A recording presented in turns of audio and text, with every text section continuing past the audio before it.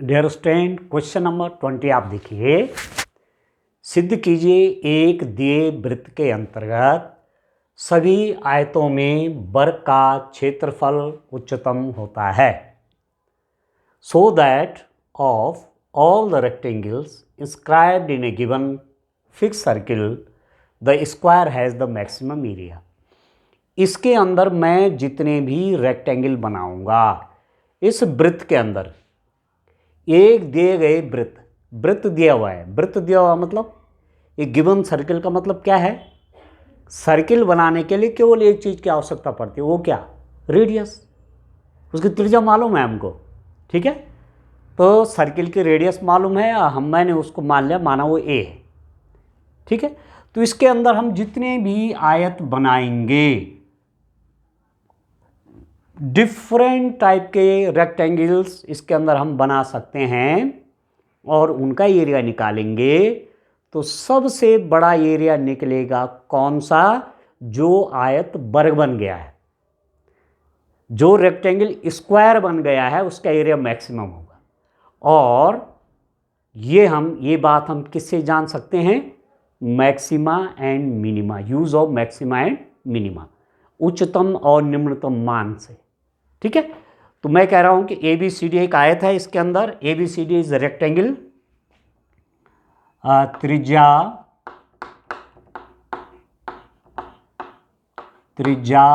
ए के वृत्त के अंतर्गत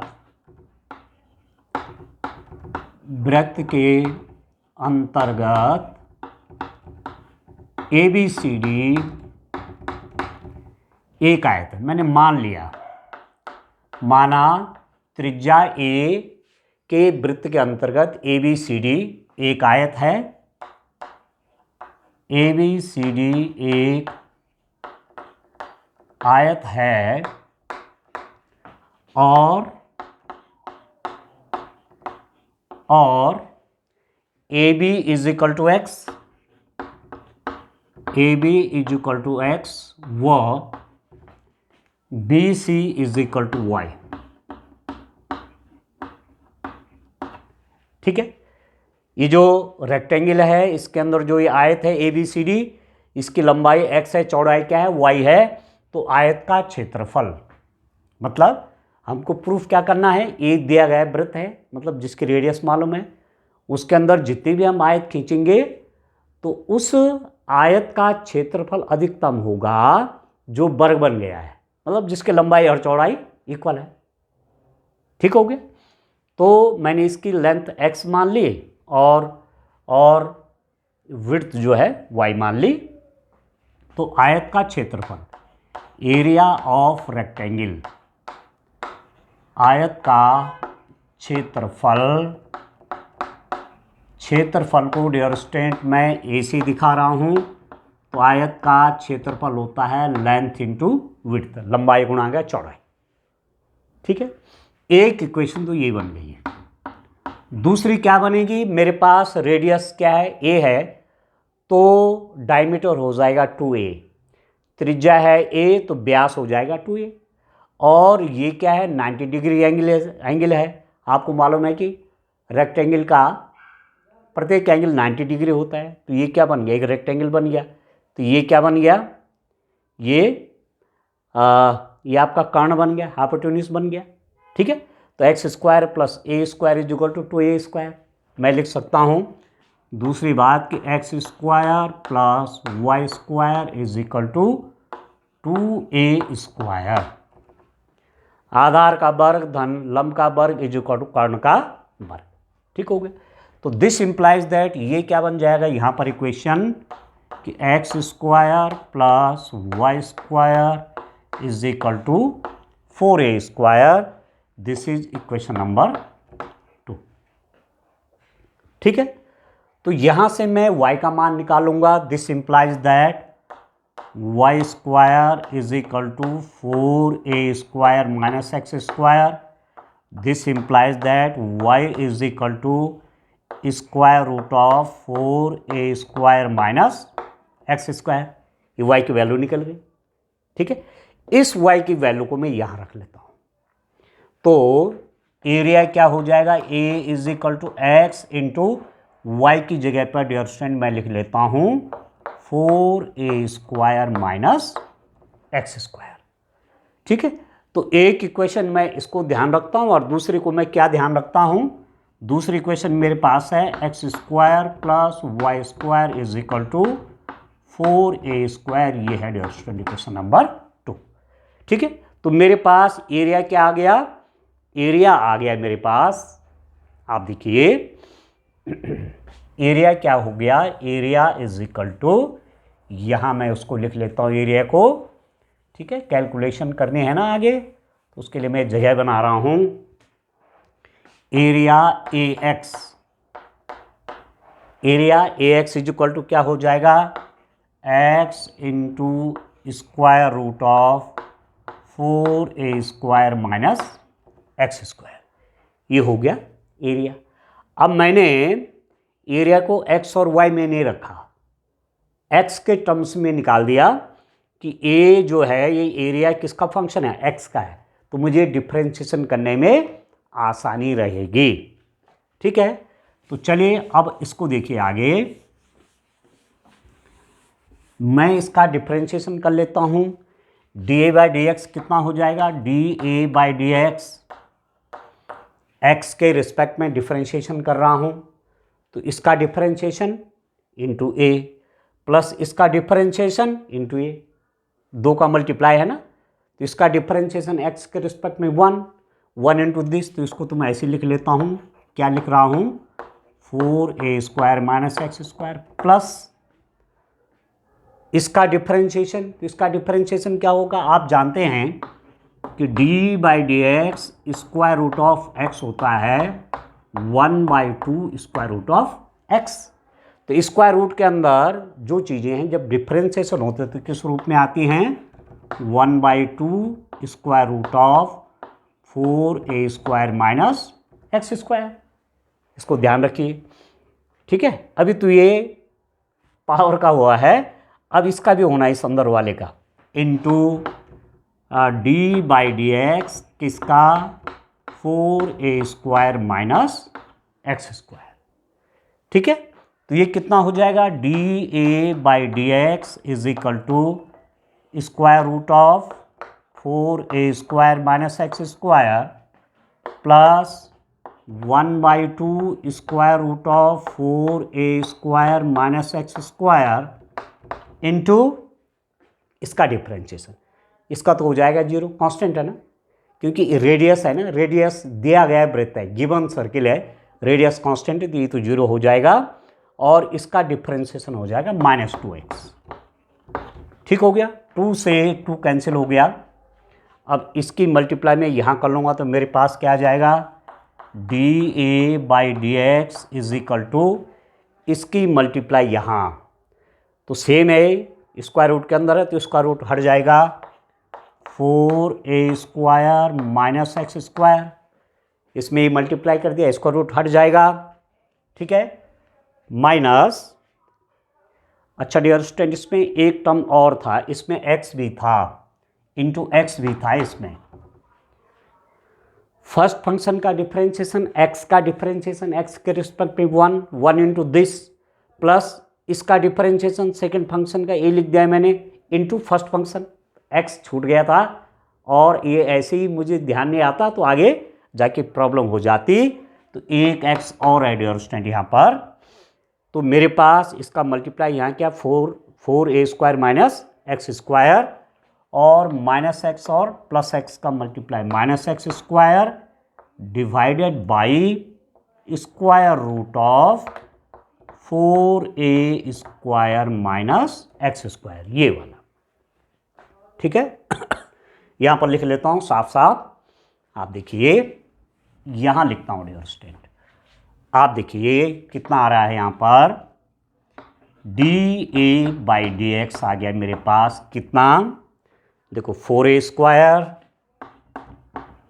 माइनस x² और ये भी माइनस x² है, divided by square root of 4a² minus x²। ठीक है, अभी कितना हो जाएगा, d by d x is equal to 4a² minus 2x² divided by square root of 4a² minus x²। ठीक है, अब आप जानते हैं इस चीज़ को, जब डिफरेंशिएशन हमें एक बार मिल गया है तो अब मुझे क्या करना है, आप देखो एरिया के मैक्सिमम के लिए, क्योंकि हमको ये दिखाना है ना कि इस सर्किल के अंदर जो रेक्टेंगल है, ठीक है, उसका एरिया मैक्सिमम होगा जब वो क्या हो जाएगा, स्क्वायर बन जाएगा। मतलब एरिया मैक्सिमम होना है, ये शो करना है ना, एरिया मैक्सिमम होगा तो क्षेत्रफल के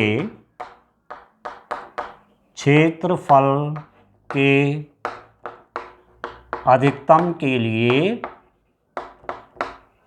क्षेत्रफल के अधिकतम के लिए d A by d x is equal to 0 रखने पर, d A by d x is equal to 0 रखने पर, इसको 0 रख लेता हूं तो कितना हो गया, 4a² minus 2x² square root of 4a² minus x² is equal to 0, d by d x 0। ठीक है, अब इसकी मल्टीप्लाई यहाँ हो जाएगी तो आपके पास क्या आएगा, 4a² minus 2x² is equal to 0। ठीक है, 2x² को वहाँ ले लो तो 2x² is equal to 4a², this implies that x² is equal to 2a² और x इज इक्वल टू हो जाएगा स्क्वायर रूट, तो स्क्वायर रूट ऑफ 2a। मेरे पास जो x का मान निकल गया डियोरस्टेन, वो आ गया स्क्वायर रूट ऑफ 2a। ठीक है, x की वैल्यू मेरे पास आ गई तो मैं यहां पर लिख लेता हूं, मुझे आवश्यकता पड़ेगी आगे, x is equal to square root of 2a आ गया। ठीक है, ये स्क्वायर रूट के अंदर नहीं, बाहर हैं, स्क्वायर रूट ऑफ 2a इस रूप में है।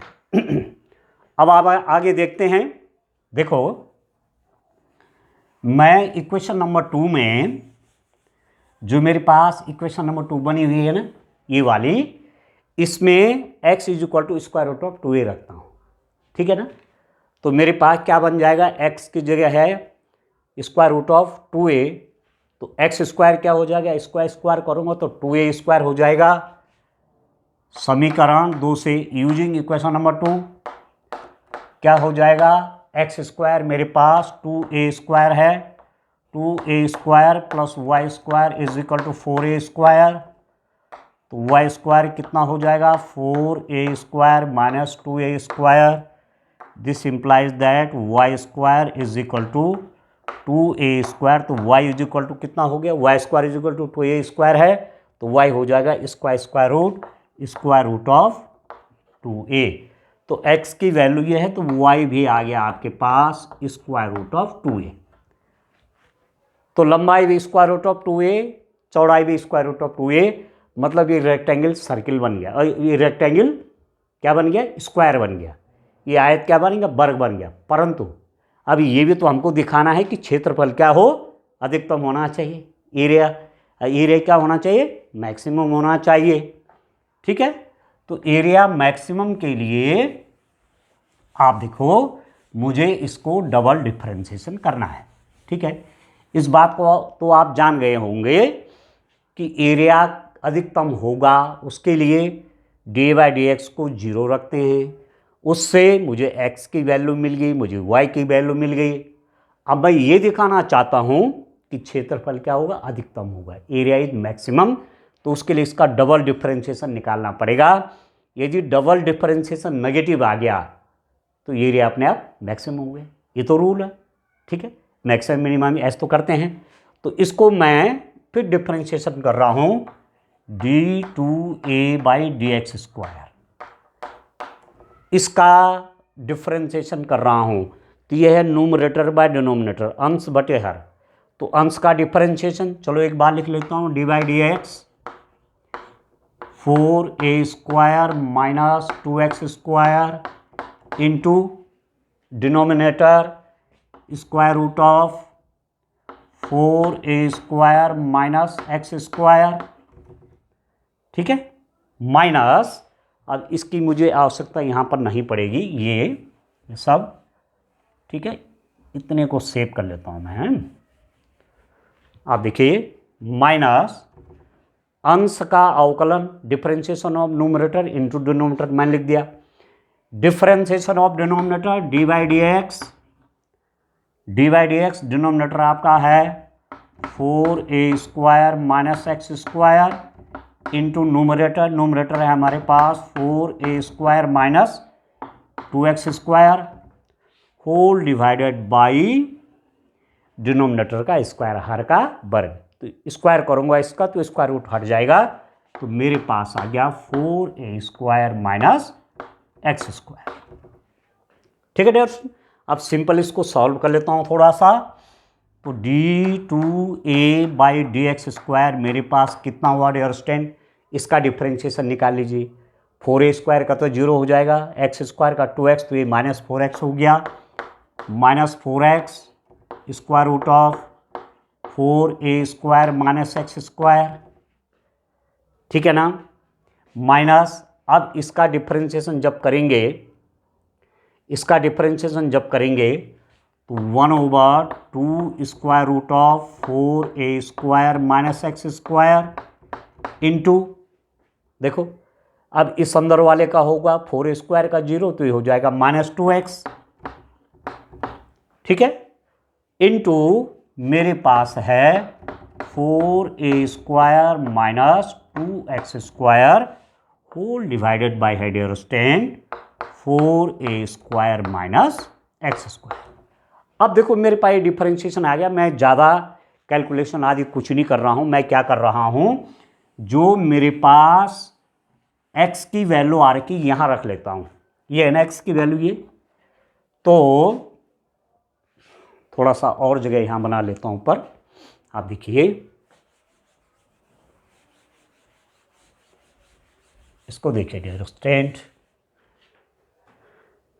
d2a बाई dx² जब x की value square root of 2a है, यहाँ से निकला हुआ x की value square root of 2a, तो x की जगह पे स्क्वायर रूट ऑफ 2a करता हूँ, तो x² क्या हो जाएगा, 2a² हो जाएगा, x क्या है, x square root of 2a, तो x² हो जाएगा 2a², तो मैं यहाँ रख लेता हूँ, ठीक है, तो ये कितना बन जाएगा, माइनस 4 इंटू एक्स क्या है, स्क्वायर रूट ऑफ 2a, ठीक हो गया। अब यहाँ पर x की जगह क्या रखेंगे, x² की जगह 2a², तो 4a² में 2a² गया, तो ये बन गया 2a², 2a² का स्क्वायर रूट हो जाएगा स्क्वायर रूट ऑफ 2a, ठीक है, स्क्वायर रूट ऑफ 2a। और आगे देखते हैं, माइनस, इसको देखिए डियर स्टूडेंट, यहां पर आप देखो कि जैसे मैं x² की जगह 2a² रखूंगा, x² की जगह क्या रखूंगा, 2a², तो ये बन जाएगा 4a², तो 4a² माइनस 4a², ये पूरा 0 हो गया, तो लिखने की आवश्यकता ही नहीं है, ये डिवाइडेड बाई, यहां पर मेरे पास क्या आ रहा है, 4a² माइनस x² मतलब 2a², तो 4a² माइनस 2a² कितना होगा, 2a², ठीक है। अब आप देखो ये आपके पास कितना आ रहा है, इस सब मिलाकर के आप देखो स्क्वायर रूट ऑफ 2 कितना हो जाएगा dear student, square root of 2 into square root of 2 से कट जाएगा 2, a इंटू a² से कट गया ये, तो ये कितना हो गया, ये माइनस डियर स्टूडेंट, ये आपका नेगेटिव में आ गया, ठीक है, विच इज नेगेटिव, आप देख रहे हैं माइनस साइन है, तो माइनस साइन होने से पूरा नेगेटिव हो गया, विच इज नेगेटिव, जो कि क्या है, ऋणात्मक है, ठीक है। तो मेरे पास क्या आया, यहां आप देख रहे होंगे कि double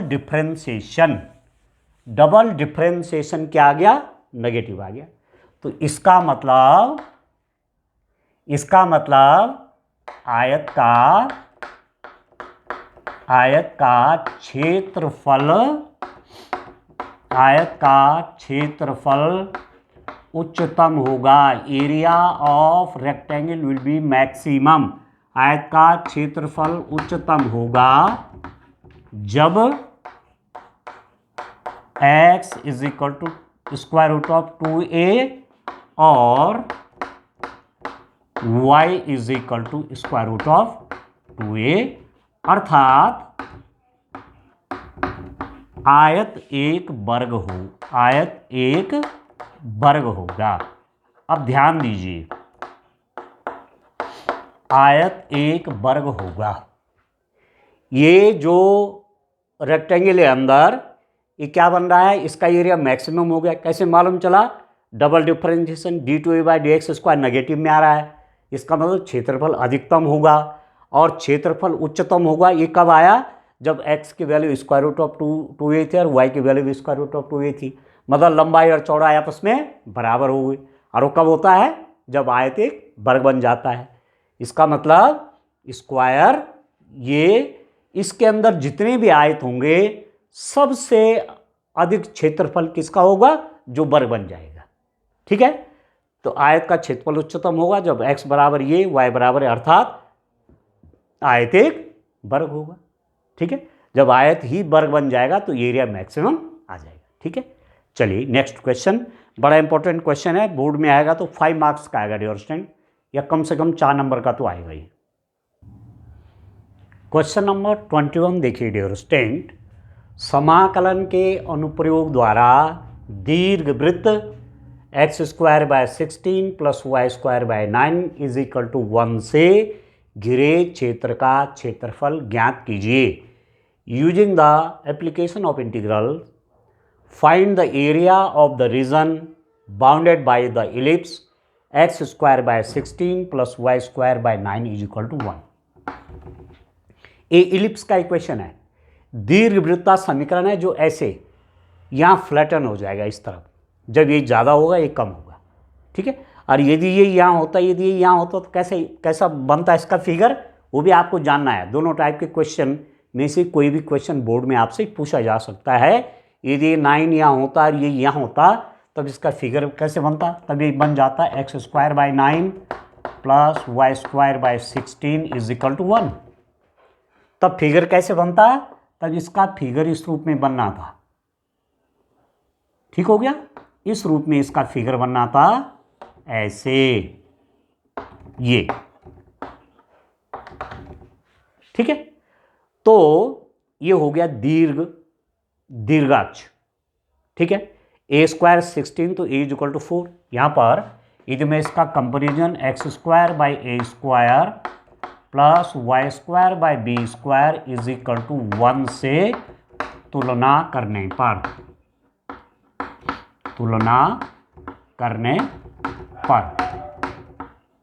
comparing with x² / a² + y² / b² = 1, तो a² हो जाएगा 16, a² = 16। This implies that a = ±4, b² = 9, तो b कितना हो जाएगा, ±3, और a इसकी दूरी होती है और ये माइनस से हो जाएगा, a + b, a - b। तो यहाँ पर जो कोऑर्डिनेट आएगा, देखो 4, 0, इधर का जो कोऑर्डिनेट होगा -4, 0, ये वर्टेक्स हो गए, इधर का 0, 3 और इधर 0, -3। ठीक हो गया। यदि ये ऐसा है तो x² / b² + y² / a² हो जाएगा। ये x² / b² + y² / a² = 1 से इसकी कंपेयर करनी पड़ेगी। b² आपका 9 है, b² 9 है, तो b = ±3, तो ये बन जाएगा 3, 0, ये हो जाएगा -3, 0। अरे a² ये हो जाएगा 16, तो a = ±4, तो ये हो जाएगा 0, 4, और ये हो जाएगा 0, -4। आपको निकालना क्या है, करना क्या है, समाकलन के अनुप्रयोग द्वारा दीर्घवृत्त इतने से घिरे क्षेत्र का क्षेत्रफल ज्ञात कीजिए। ये जो दीर्घवृत्त है इसके अंदर कितना क्षेत्रफल घिर गया, ये पूरा क्षेत्रफल निकालना है, ये पूरा area using the application of integral. समाकलन के अनुप्रयोग द्वारा निकालना है, मतलब समाकलन यूज करिए और इसके अंदर का क्षेत्रफल निकाल लीजिए। ठीक है, using the application of integral find the area of the reason bounded by the ellipse. इस इलिप्स के अंदर कितना एरिया बाउंडेड है वो निकालना है। ठीक है ना। तो यदि इस रूप में क्वेश्चन होगा तो ऐसा फिगर बनेगा, तो इसका पूरा एरिया चाहिए आपको, और इस रूप में बनेगा तो इसका पूरा एरिया चाहिए, ये अंदर का जो है ये पूरा एरिया चाहिए। ठीक है ना। अब मैं आपको क्वेश्चन पे आता हूं, ये मैंने आपको अतिरिक्त जानकारी यहां पर दी है। तो देखो डियर स्टूडेंट, अब हम इसका एरिया निकालेंगे यूजिंग एप्लीकेशन ऑफ इंटीग्रल, समाकलन के अनुप्रयोग द्वारा। अब ये एरिया जो है ये सिमेट्रिकल है, जितना ये है उतना ही ये है, उतना ही ये है और उतना ही ये है। तो यदि मैं इसका एरिया निकाल लूँ और उसको 4 से मल्टीप्लाई कर दूँ तो पूरे का एरिया निकल जाएगा। ठीक है, तो मैं इसको लिखता हूँ 0A, इसको B और O। तो एरिया ऑफ शेडेड रीजन, छायांकित भाग का क्षेत्रफल, is equal to 4 into area of OABO। ठीक है, छायांकित भाग का क्षेत्रफल, छायांकित भाग का क्षेत्रफल, area of shaded region, area of shaded region is equal to 4 into OABO का क्षेत्रफल, 4 into area of OABO, 4 into area of OABO। अब इसका एरिया निकालना है डियर स्टूडेंट। ठीक हो गया। अब इसका एरिया निकल जाएगा तो 4 से मैं मल्टीप्लाई कर लूँगा। ठीक है, तो पूरा इस रीजन का एरिया निकल जाएगा। अब इसका एरिया निकालने के लिए क्या करते हैं, इसका तरीका है, क्या तरीका है कि कर्व से स्ट्रिप डालते हैं, ऐसी पट्टी कोई इस कर्व से, ये है ना कर्व, तो यही है, ये जो आपका इक्वेशन है ये तो है, ये बाहर वाला, ये यहाँ से स्ट्रिप डाली ऐसी, बहुत महीन है। ठीक है, और आप जानते हैं कि सेंटर के कोऑर्डिनेट होते हैं 0,0, इसका है 4,0। अब ये स्ट्रिप जो है ये dx है, बहुत पतली है, इतना पतली कि dx is tending to 0। b का जो कोऑर्डिनेट है इसकी संभवतः यहाँ पर आवश्यकता नहीं पड़ेगी, परंतु मैं यहाँ पर कोई पॉइंट p लिख देता हूँ जिसके कोऑर्डिनेट है xy। तो यहाँ से लेकर यहाँ तक x और ये हो जाएगा y, ऊपर वाला y। तो ये जो स्ट्रिप, ये जो पट्टी बनी रेक्टेंगुलर स्ट्रिप जो है, आयताकार पट्टी, इसका क्षेत्रफल क्या हो जाएगा y इंटू डी एक्स। ठीक है, तो this is equal to 4 into y d x. एक छोटी सी पट्टी का एरिया ये y इंटू डी एक्स। ठीक है, लंबाई चौड़ाई, लंबाई गुणा चौड़ाई। अब ऐसी कितनी पट्टियां होंगी, इसमें अनंत पट्टियां हैं, उन सब के एरिया को प्लस करना है। एक यहाँ पर होगी, एक बगल में, बगल में, बगल में, सो मैनी। इन सब का प्लस करने के लिए इंटीग्रेशन का यूज करते हैं। इंटीग्रेशन अपने आप में क्या है, समीशन। समाकलन क्या है, जोड़ है एक प्रकार का। तो ऐसे समस्त पट्टियों का क्षेत्रफल का योग इंटीग्रेशन से दिखाएंगे। ठीक है, sum of all such type of the strip, ऐसी समस्त स्ट्रिप्स का प्लस ऐसी एरियाज स्ट्रिप है जिनका एरिया ये है, ऐसी ही इनफाइनाइट स्टेप्स होंगे इसमें, उन सब का एरिया को प्लस करना है। अब कैसे करेंगे इंटीग्रेशन, उसके लिए सरल सा मेथड है। अब x की लिमिट कहाँ से कहाँ तक जाएगी, x की लिमिट देखो, एक स्ट्रिप जो सबसे नज़दीक है वो यहाँ पर आएगी और अंतिम स्ट्रिप यहाँ तक जाएगी, है ना। ऐसे छोटे छोटे छोटे छोटे स्ट्रिप ना, तो सबसे छोटी x की वैल्यू यहाँ और मैक्सिमम 4 तक। स्टेप यहाँ से शुरू हो जाएंगे और यहाँ तक, मतलब x की वैल्यू 0 से 4 तक जाएगी। बस अब सिंपल सा इंटीग्रेशन है। अब मुझे y की वैल्यू चाहिए, मैं y की वैल्यू मैं यहाँ से निकालूंगा। मेरे पास एक्स स्क्वायर प्लस 16, मेरे पास इक्वेशन है x square by 16 plus Y square by 9 is equal to 1।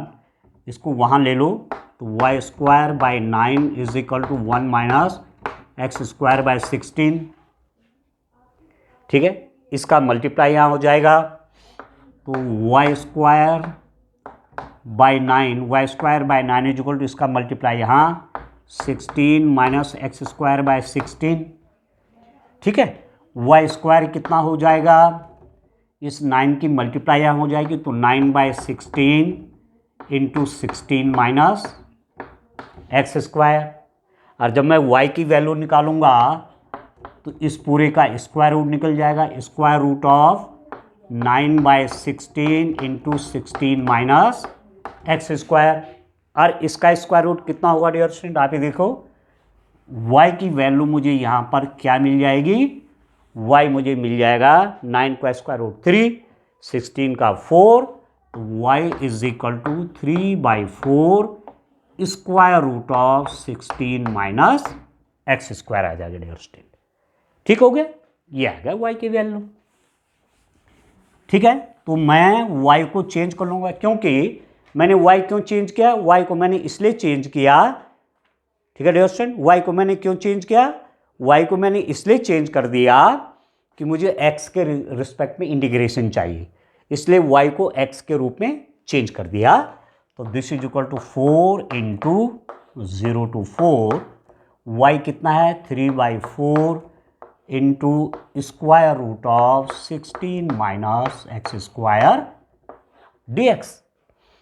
अब 3/4 को 4 से मल्टीप्लाई तो बाहर आ जाएगा, कांस्टेंट है, तो इससे ये मल्टीप्लाई हो जाएगा तो 4 आ गया। तो this is equal to 3 into integration 0 to 4 square root of 16 minus x square dx। ठीक हो गया, अब ये डेफिनेट इंटीग्रल है, निश्चित समाकलन है ये। अब इसका फॉर्मूला आपको आना चाहिए। इसका फॉर्मूला क्या होता है, देखो मैं यहां लिख लेता हूं, इंटीग्रेशन इस रूप के integration square root of a square minus x square dx। इसका फॉर्मूला क्या होता है, आप देखो x/2 square root of a square minus x square plus A square by 2 sine inverse. ठीक है, sine inverse x by a plus c, indefinite integral square root of a square minus x square dx का formula क्या है, x/2 square root of a square minus x square plus A square by 2 sine inverse X by ए।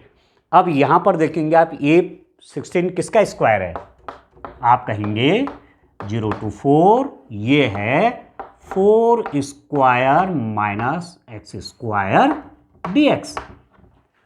तो a की जगह है 4, x की जगह तो x ही है, तो जब मैं इसका इंटीग्रेशन निकालूंगा तो जहां जहां a है वहां मैं 4 रखता जाऊंगा, या जहां जहां a स्क्वायर है वहां 4 स्क्वायर, या सिंपल सा बोले a की जगह 4, यहां भी 4 रख दूंगा, यहां भी 4 रख दूंगा, यहां भी 4 रख दूंगा।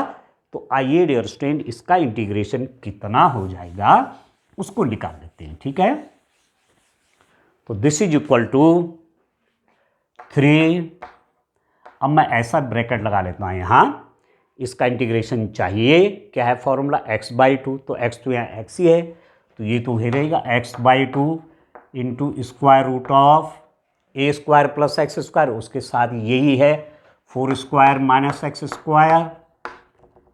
ठीक है, ये आ गया, plus A square by 2, A square की जगह क्या है, ए स्क्वायर की जगह 4 स्क्वायर है, ए की जगह 4 है ना, 4 का स्क्वायर क्या हो 16, तो 16/2 sign inverse x by A, x तो x ही है और ए की जगह कितना है 4 है, और इसमें प्लस ही नहीं लगाना पड़ता, डेफिनेट इंटीग्रल में, निश्चित समाकलन में प्लस ही की आवश्यकता नहीं है, ये केवल इनडेफिनेट में लगता है।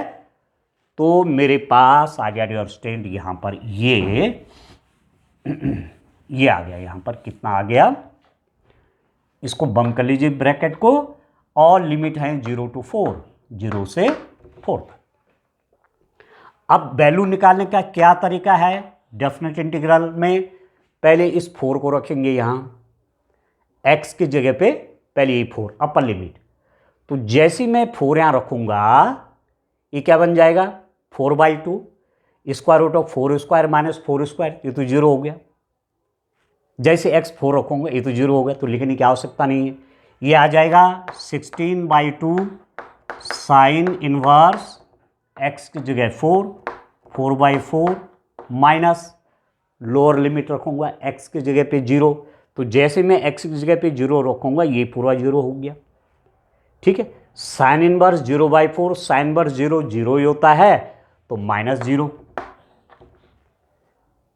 ठीक है ना, अभी कितना हो गया 2 8 जा 16, तो 8 3 जा 24, 8 3 जा 24 इंटू साइन इनवर्स 4/4 हो गया आपका 1। ठीक है, तो ये कितना होगा डियर स्टूडेंट, अब इसकी वैल्यू आप देखिए यहाँ पर, this is equal to 24 into sine inverse 1 का मतलब हुआ π/2, काट लीजिए 12, तो ये आ जाएगा 12 पाई वर्ग इकाई स्क्वायर यूनिट। ठीक है, ठीक है डियर स्टूडेंट, स्क्वायर यूनिट वर्ग इकाई आप लिख लीजिए 12 पाई वर्ग इकाई स्क्वायर यूनिट, मतलब ये जो इलिप्स था हमारा, इसका एरिया कितना हो गया 12 पाई स्क्वायर यूनिट, 12 पाई वर्ग इकाई। अब आंसर भी आप चेक कर सकते हैं, सिंपल सा एक सूत्र याद रखना कि दीर्घवृत्त का क्षेत्रफल पाई इंटू ए इंटू बी से दिया जाता है, इसको भी याद रखना। आप एग्जाम में आंसर मिला देंगे कि सही आया कि नहीं आया। दीर्घवृत्त का क्षेत्रफल, area of ellipse is given by pi into a into b, तो पाई इंटू ए क्या होता है, यहाँ से यहाँ की डिस्टेंस, यहाँ पर 4 है, इंटू बी कौन सा होता है, ये वाली डिस्टेंस लघु एक्स की लंबाई। ठीक है, माइनर एक्सिस की लेंथ बी, ये आपकी 3 है, यहाँ से यहाँ तक 3 है, इंटू 3 तो कितना हो जाएगा 12 पाई। तो बिल्कुल जो हमने कैलकुलेशन के एकदम करेक्ट है। ठीक है डियर स्टूडेंट, चलिए और आगे चल और क्वेश्चन करते हैं। आइए क्वेश्चन नंबर 22 को देखिए, अवकल समीकरण का व्यापक हल ज्ञात कीजिए, find the general equation of differential equation this. ये डिफरेंशियल इक्वेशन है, ये अवकल समीकरण है, इसका व्यापक हल चाहिए। ठीक है, जनरल सॉल्यूशन चाहिए, जिसमें मतलब कांस्टेंट ऑफ इंटीग्रेशन होता है ना, उस रूप में चाहिए। तो अब मुझे पहले देखना है ये कि ये डिफरेंशियल इक्वेशन कहाँ से बिलोंग करती है।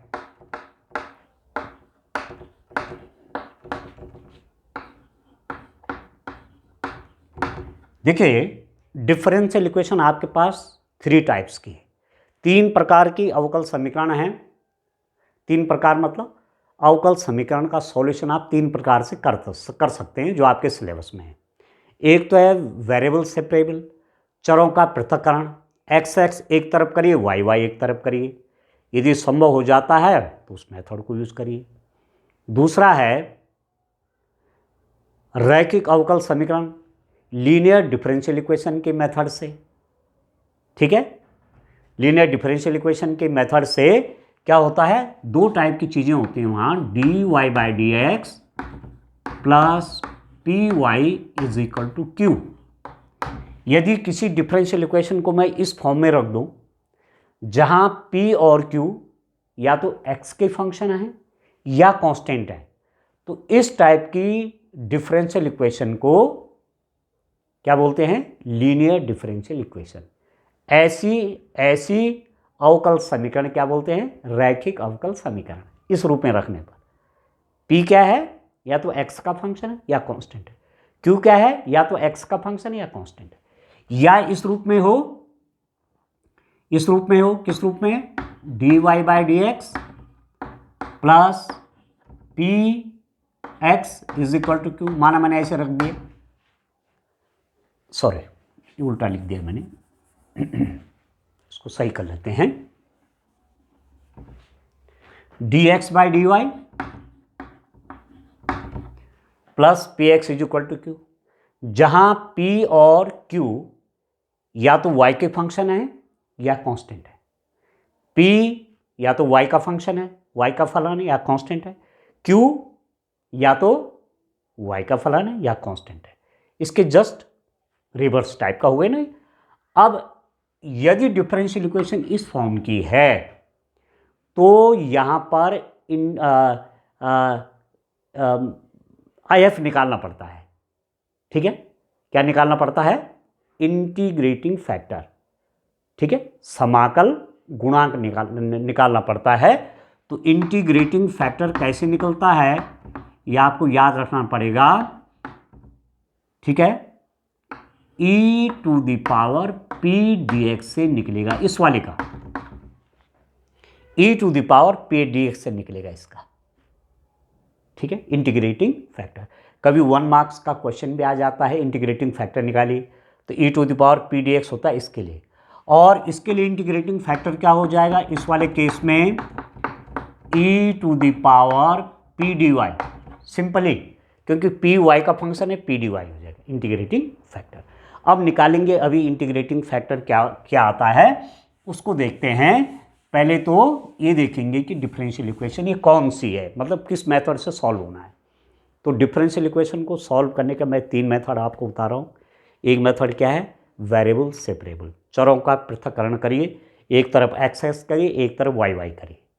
दूसरी मेथड में क्या बता रहा हूँ, रैखिक अवकल समीकरण, लीनियर डिफरेंशियल इक्वेशन, ठीक है।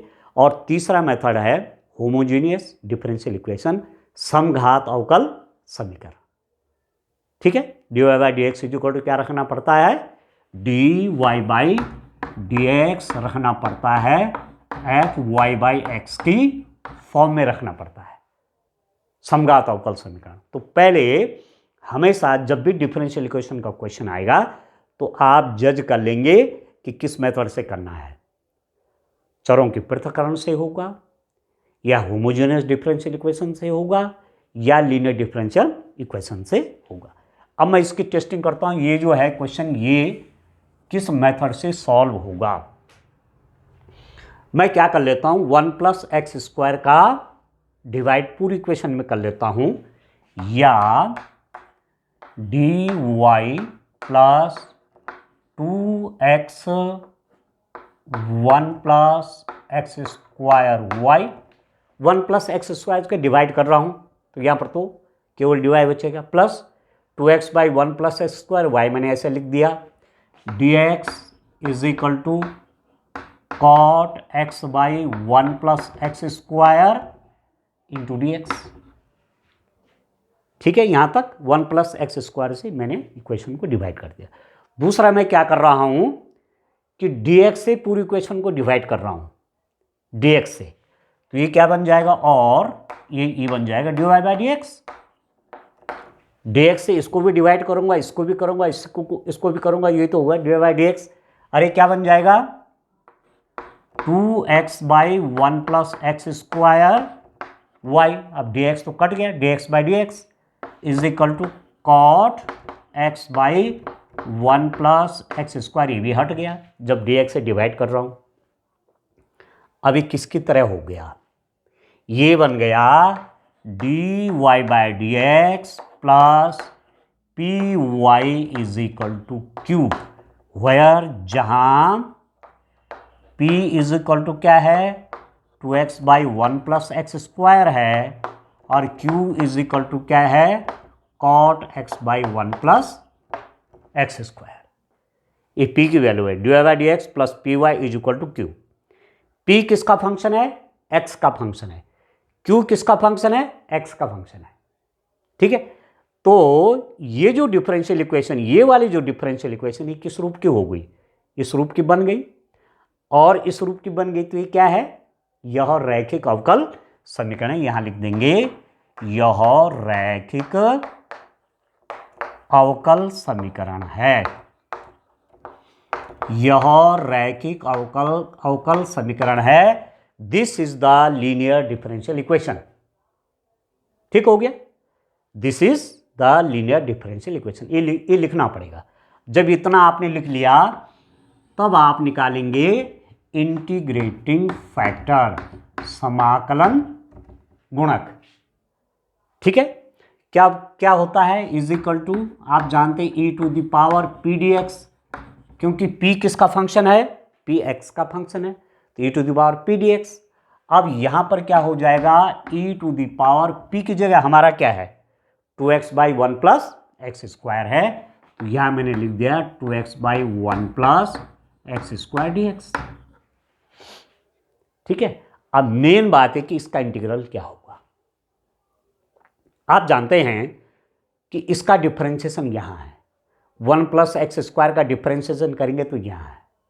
ठीक है ना, तो मैं यहाँ पर लिख देता हूँ 1 plus x square is equal to t, तो ये हो जाएगा 2x dx is equal to d t. तो यहाँ पर इंटीग्रल क्या बन जाएगा 2x dx, तो dt बन गया dt by T.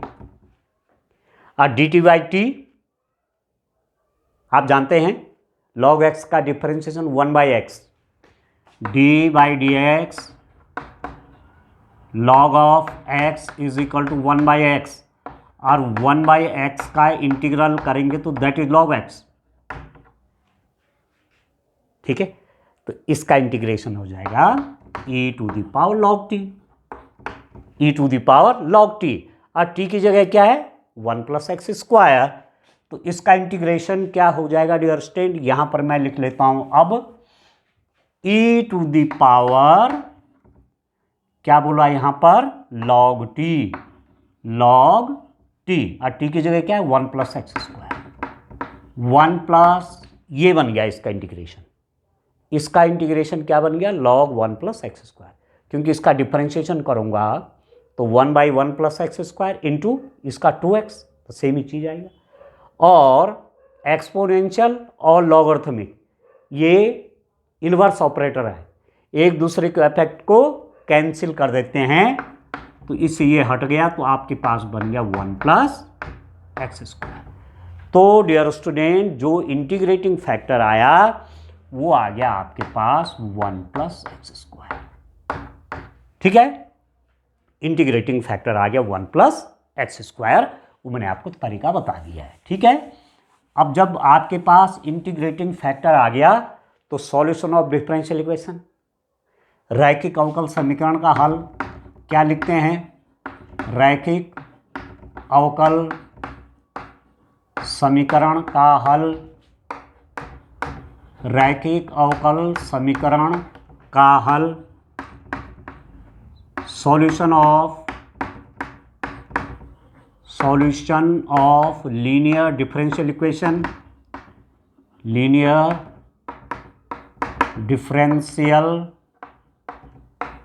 Equation, solution of linear differential equation क्या हो जाएगा, क्या लिखते हैं डियर स्टूडेंट, इसमें लिखते हैं y इंटू आई एफ, ध्यान दीजिए y इंटू आई एफ इस वाले केस में is equal to q into I F D x plus C. इसको याद रखेंगे आप, y into integrating factor is equal to q into integrating factor D x plus C.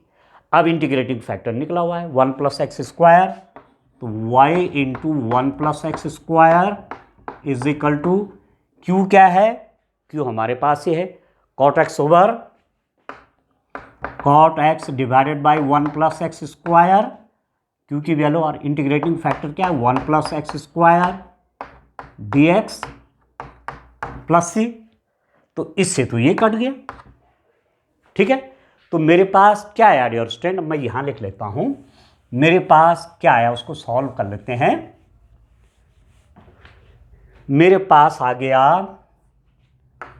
y into 1 plus x square बराबर इससे cut गया, ये हो गया cot x dx, तो y into 1 plus x square is equal to, ये हो जाएगा cos x by sine x, cot x है ना, cot x है ना, cos x by sine x, और साइन x का डिफरेंशिएशन क्या है, ठीक है ना, तो log साइन x का इंटीग्रल हो जाएगा, क्योंकि इसका डिफरेंशिएशन यहाँ है प्लस सी भी है, ठीक है, प्लस सी भी है, तो y into 1 plus x square is equal to, इसका डिफरेंशिएशन क्या हो जाएगा, log साइन एक्स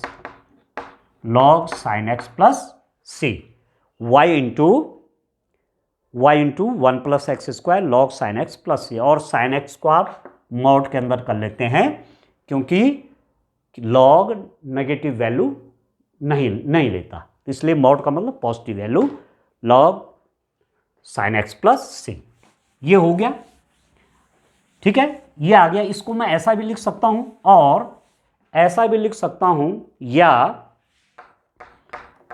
पूरी इक्वेशन में 1 प्लस एक्स स्क्वायर से डिवाइड करने पर, तो y इज इक्वल टू क्या आएगा, 1/1 plus x square log mod of sine x plus c over 1 plus x square, ये ऊपर ले लो, ठीक है, इसको ऊपर ले लीजिए डियर स्टूडेंट, तो ये मेरे पास क्या बनेगा, y is equal to 1 plus x square to the power -1 log of mod sine x plus, ये भी ऊपर चला जाएगा तो +1 पावर ऊपर जाके माइनस हो जाएगा, c into 1 plus x square की पावर -1, बस ये आ गया सॉल्यूशन डियर स्टूडेंट, इस डिफरेंशियल इक्वेशन ये सॉल्यूशन आ गया।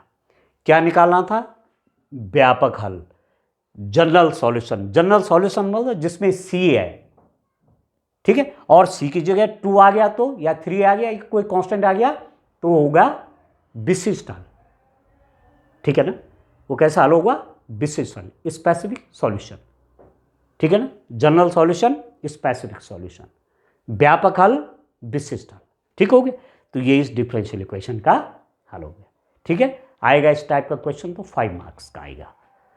चलिए इसी में एक क्वेश्चन और देखते हैं, क्वेश्चन नंबर 22 देखिए डियर स्टूडेंट, अवकल समीकरण, ये क्वेश्चन जो है अथवा में है, 22 मैंने अभी सॉल्व किया था, या तो वो करना था या ये करना है, ठीक है, अवकल समीकरण xy divide by dx is equal to x plus 2 y plus 2 के लिए बिंदु 1-1 से गुजरने वाला वक्र ज्ञात कीजिए, इसका सॉल्यूशन चाहिए, वो कर्व चाहिए जो इसका सॉल्यूशन कर दे, ठीक है, या किस कर्व का डिफरेंशिएशन ये है, ये तो होता है सॉल्यूशन, मतलब किस कर्व का डिफरेंशिएशन है, और ये भी दिया हुआ कि वो कर्व इस पॉइंट से होकर जाता है, ये आपको दिया हुआ है।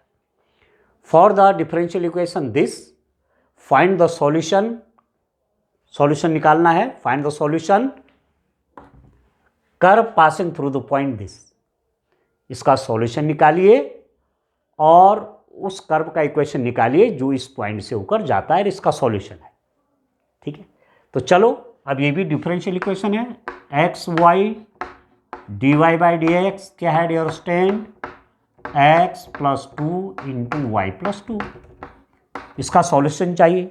जैसे मैं आपसे अभी कह रहा था कि डिफरेंशियल इक्वेशन आपके सिलेबस में 12 लेवल में डिफरेंशियल इक्वेशन सॉल्व करने के आपके पास 3 मेथड्स हैं, एक तो है वेरिएबल सेपरेबल, चरों का पृथक्करण, एक्स एक्स एक तरफ करिए, वाई वाई एक तरफ करिए, दूसरा है समघात अवकल समीकरण, होमोजेनियस डिफरेंशियल इक्वेशन, उसमें डिफरेंशियल इक्वेशन को d Y by d x is equal to f y y x के रूप में रखना पड़ता है, और तीसरा है लीनियर डिफरेंशियल इक्वेशन, रैखिक अवकल समीकरण, d Y by d x plus p y is equal to q के रूप में रखते हैं ना उसको, ठीक है, तो इसको देखते हैं इस पर कौन सा मेथड लगना चाहिए, तो मुझे लगता है वेरिएबल सेपरेबल वाला लगेगा, चरों का पृथक्करण, एक्स एक्स एक तरफ, वाई वाई एक तरफ, अब डी एक्स तो यहाँ ले जाता हूँ और वाई प्लस 2 को यहाँ ले आता हूँ, तो यहाँ पर मेरे पास क्या हो जाएगा, x y d y is equal to d x को मैं यहाँ ला रहा हूँ एक्स प्लस टू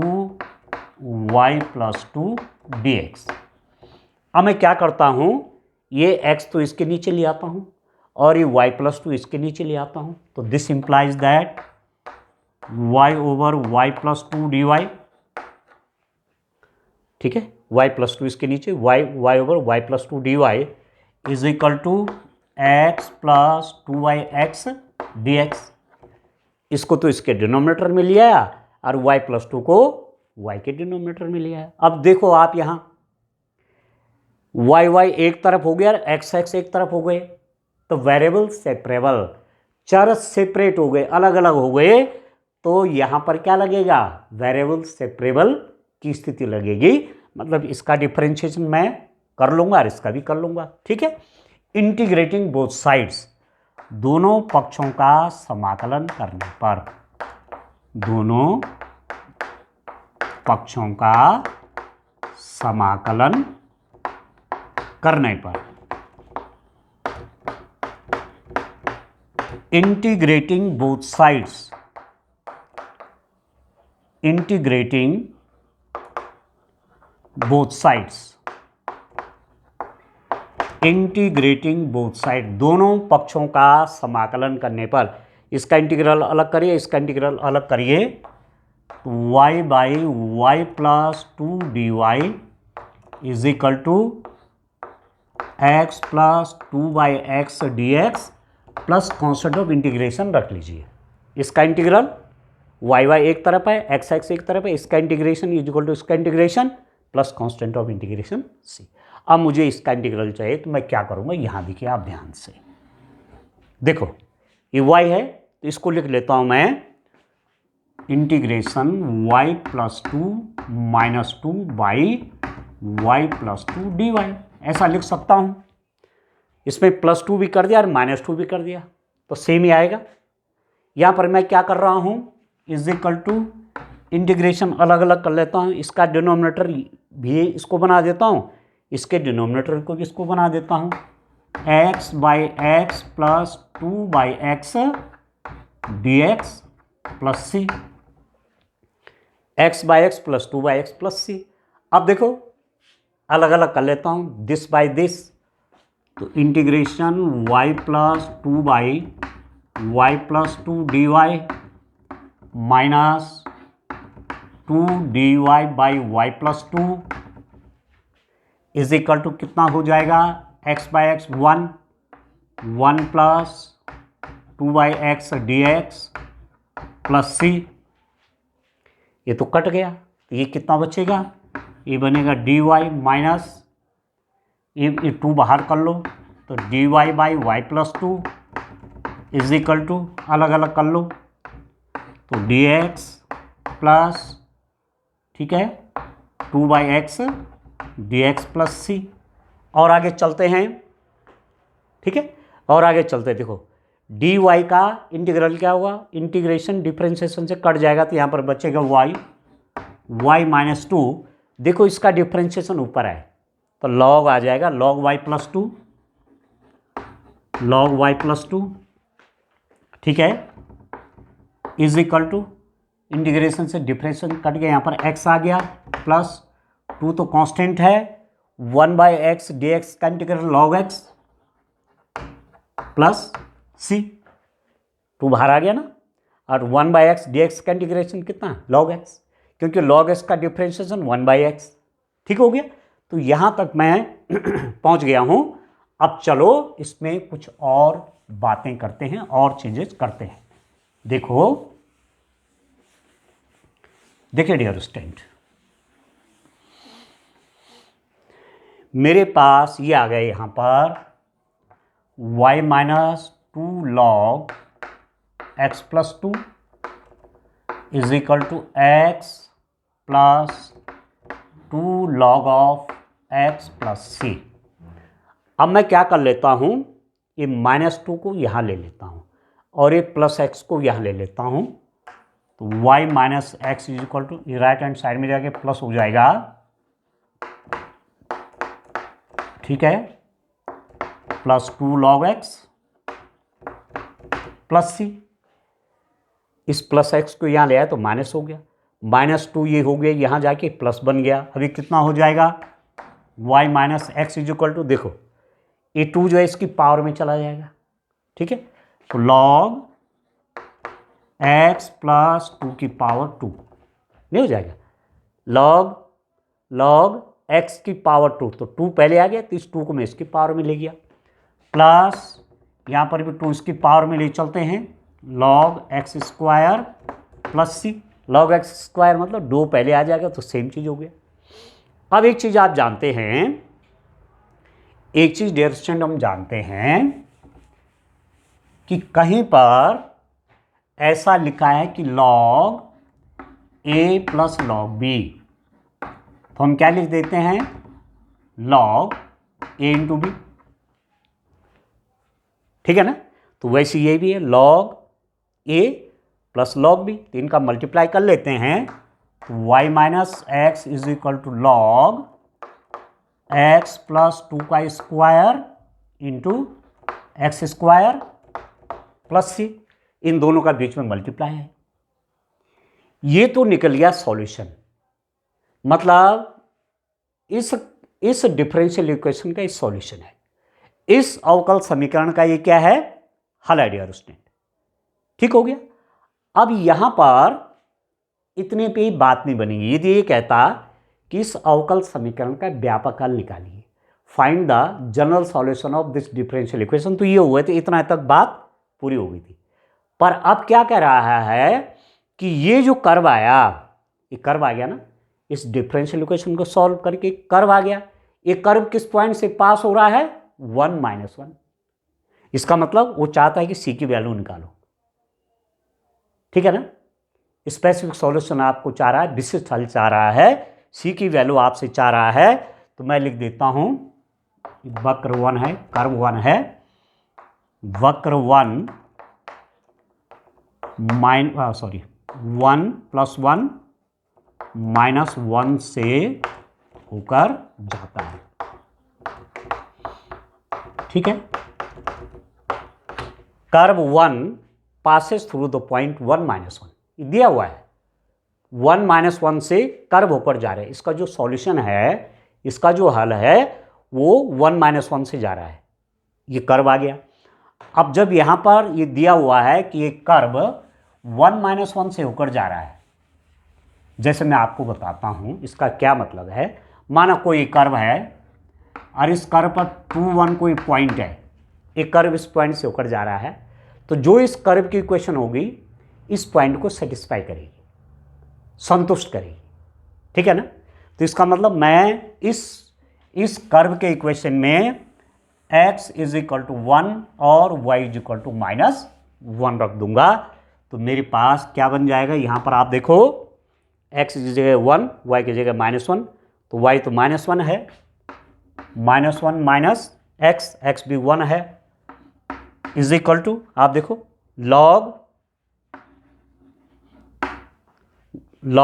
x + 2 का स्क्वायर, x कितना है 1, तो 1 + 2 कितना हो गया 3 स्क्वायर इंटू एक्स स्क्वायर मतलब 1 का स्क्वायर, एक्स स्क्वायर क्या है, x 1 है ना, 1 का स्क्वायर प्लस c, ठीक है डियर स्टूडेंट। तो ये कितना हो रहा है आप देखो, सही निकाल रहा हूं मैं,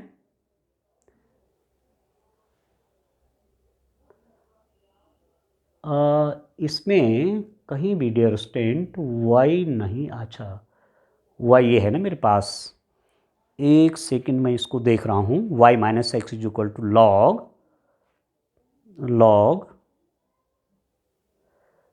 कहीं पर थोड़ा गलती हो गई डियर स्टूडेंट, थोड़ी सी गलती हो गई हमसे, एक जगह पे इंटीग्रेशन निकालने में गलती हो गई डियर स्टूडेंट, इंटीग्रेशन निकालने में गलती हो गई एक जगह पे, फिर से देख लेते हैं, कोई बात नहीं, फिर से देख लेते हैं, कुछ गलती हो गई, कुछ छूट गया है, कुछ गलती हो गई, चलिए फिर देख लेते हैं, कोई दिक्कत नहीं, दोबारा आपकी भी प्रैक्टिस हो जाएगी कैसे मैं सॉल्व कर रहा हूं। आप देखिए, अब मैं फटाफट लिखूंगा, मेरे पास है x y dy/dx = x + 2 और y+2।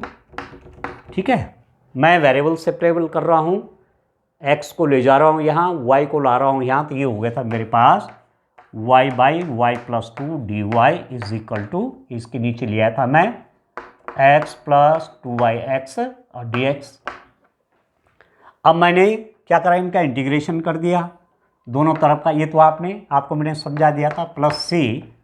यहाँ पर मैं क्या लिख रहा था, y+2 - 2y+2 dy is equal to, यहाँ पर मैं क्या लिख रहा था, x/x dx plus 2yx dx, अलग अलग कर दिया, इसका भी डिनोमिनेटर इसका भी डिनोमिनेटर। यहाँ पर मैंने क्या लिखा, दिस बाय दिस।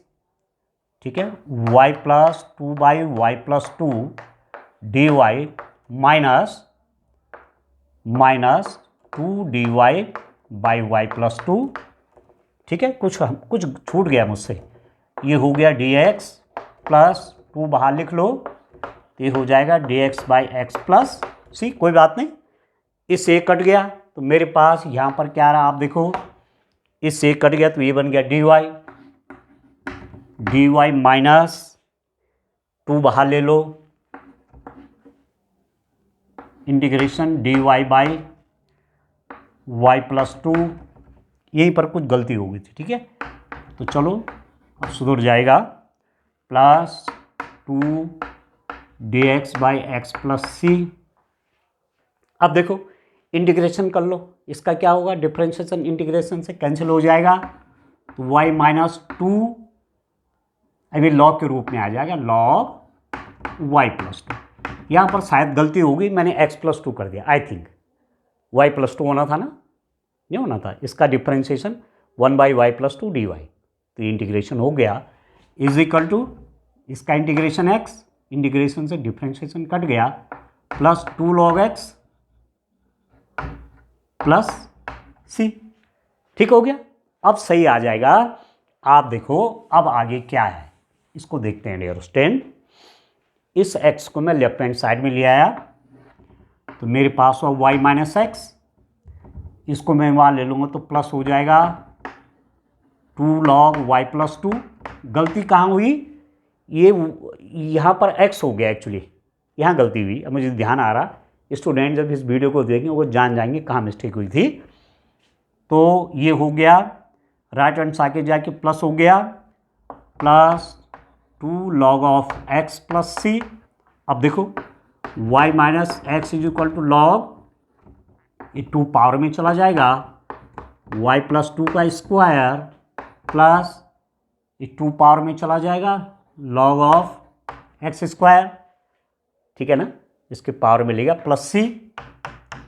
अब आप देखो डियर स्टूडेंट, मेरे पास कितना आ रहा है, ये यहां मैं लिख लेता हूं। ठीक है,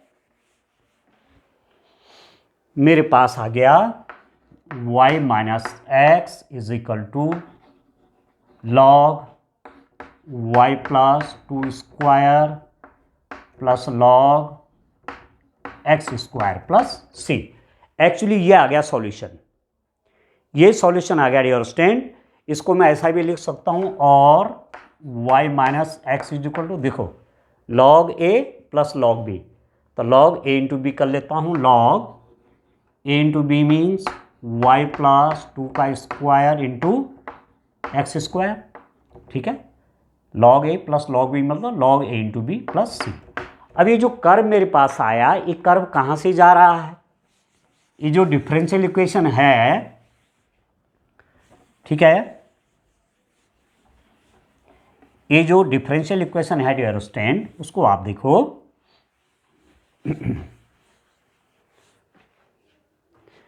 ये जो डिफरेंशियल इक्वेशन थी उसका एक सॉल्यूशन है। ये जो कर्व आया, ये कर्व इस पॉइंट से पास हो रहा है, ये क्यों दे दी कंडीशन, इस सी की वैल्यू निकालने के लिए, विशिष्ट हल निकालने के लिए।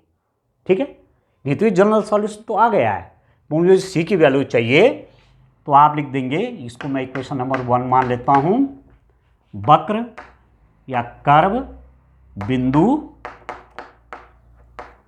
1 - 1 से गुजर रहा है।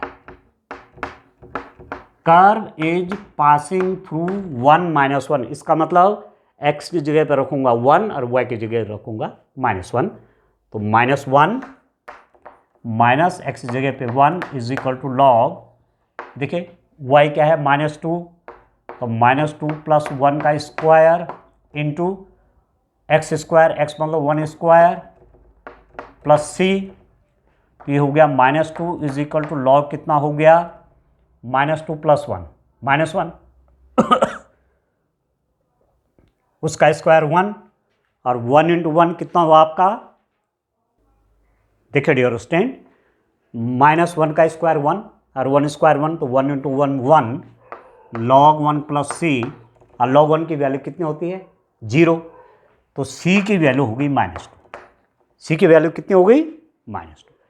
तो जो ये जनरल सॉल्यूशन था ना, इसमें जो c था वो -2 आ गया, तो जैसे मैं c को -2 करूंगा ये आ गया विशिष्ट हल, इसको बोलते हैं पर्टिकुलर सॉल्यूशन, इंग्लिश में बोलते हैं पर्टिकुलर सॉल्यूशन, ठीक है ना, जिसको मैं स्पेसिफिक सॉल्यूशन कह रहा था, एग्जैक्ट वर्ड क्या है पर्टिकुलर सॉल्यूशन, विशिष्ट हल, विशिष्ट हल, या इंग्लिश में बोलते हैं पर्टिकुलर सॉल्यूशन, पर्टिकुलर सॉल्यूशन। ठीक है, अभी कैसा सॉल्यूशन आया इस डिफरेंशियल इक्वेशन का, व्यापक हल, जनरल सॉल्यूशन, क्योंकि इसमें c है, इस c की वैल्यू मालूम नहीं है, जब ये c की वैल्यू निकल जाएगी तब ये बन जाएगा विशिष्ट हल या पर्टिकुलर सॉल्यूशन। तो यहाँ पर मैं c की वैल्यू रख लेता हूँ डियर स्टूडेंट, तो ये हो जाएगा y minus x is equal to log x square, चाहे पहले ले लो x square into y plus 2 square minus 2, y minus x, ठीक है, इज इक्वल टू दिस, और इस -2 को मैं चाहूँ पहले ले लूँ, तो वाई माइनस एक्स -2 आएगा प्लस हो जाएगा लॉग, ये आ जाएगा dear student x square into y plus 2 का स्क्वायर, बस ये बन गया आपके पास, ये हो गया पर्टिकुलर सॉल्यूशन। ठीक है डियर स्टूडेंट, इस रूप में डिफरेंशियल इक्वेशन का सॉल्यूशन करना है, बढ़िया सा तैयारी करिए, अभी आपके पास कुछ दिन हैं, ठीक से तैयारी करिए तो अच्छे ढंग से आप पेपर कर लेंगे बोर्ड में, अच्छी प्रैक्टिस आजकल कर लेंगे, ठीक है, तो फिर जब पेपर आपके हाथ में आएगा तो तेजी से आप काम कर पाएंगे, नहीं तो सोच सोच के लंबा समय लगता है, इसलिए प्रैक्टिस आप अच्छी करिए।